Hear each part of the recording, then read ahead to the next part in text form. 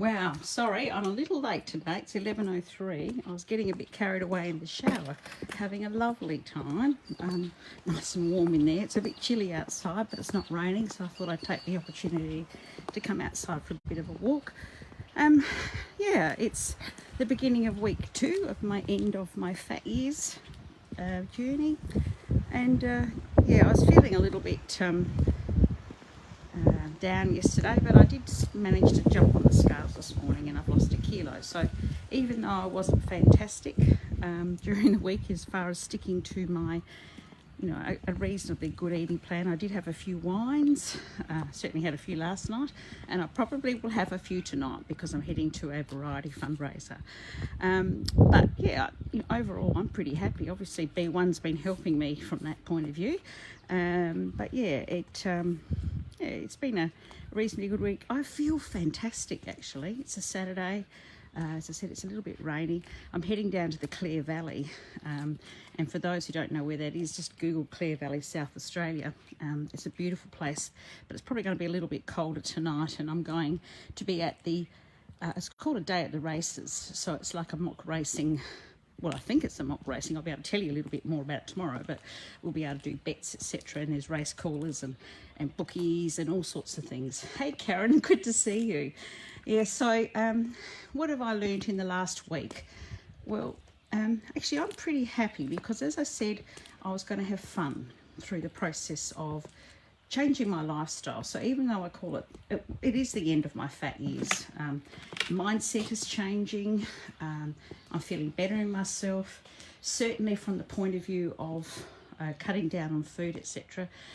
I'm certainly starting to do that. I'm starting to be a little bit creative with my recipes. You might have seen something I posted yesterday, and when I used cognac noodles instead of spaghetti, and that ended up being a really beautiful dish. So I guess mindfulness is really a part of the journey, just being mindful of what you put in your mouth.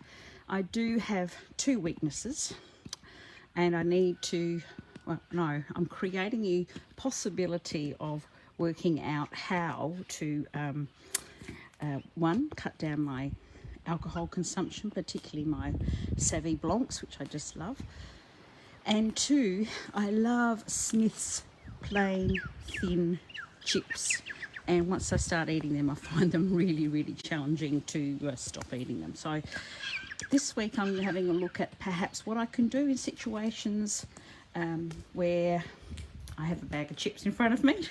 Don't eat the whole pack would be the first thing, and also I'm going to have a look at what's available in non-alcoholic Sauv Blancs. But I think what I might start doing is just adding a bit of soda to my wine, because I do love my wine. I love the taste of the wine, but it is full of sugar, the Savvy Blanc, so I need to cut down because sugar's not necessarily good for my body.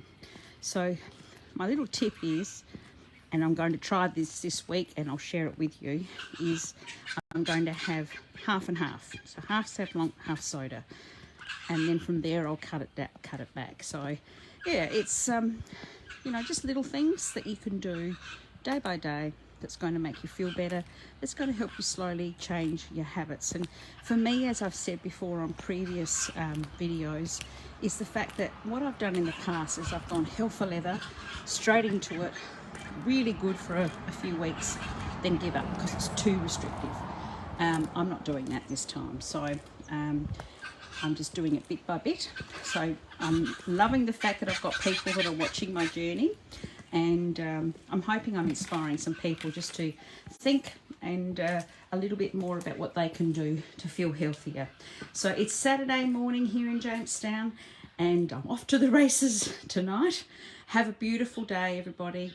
I'm grateful for the opportunities that I have.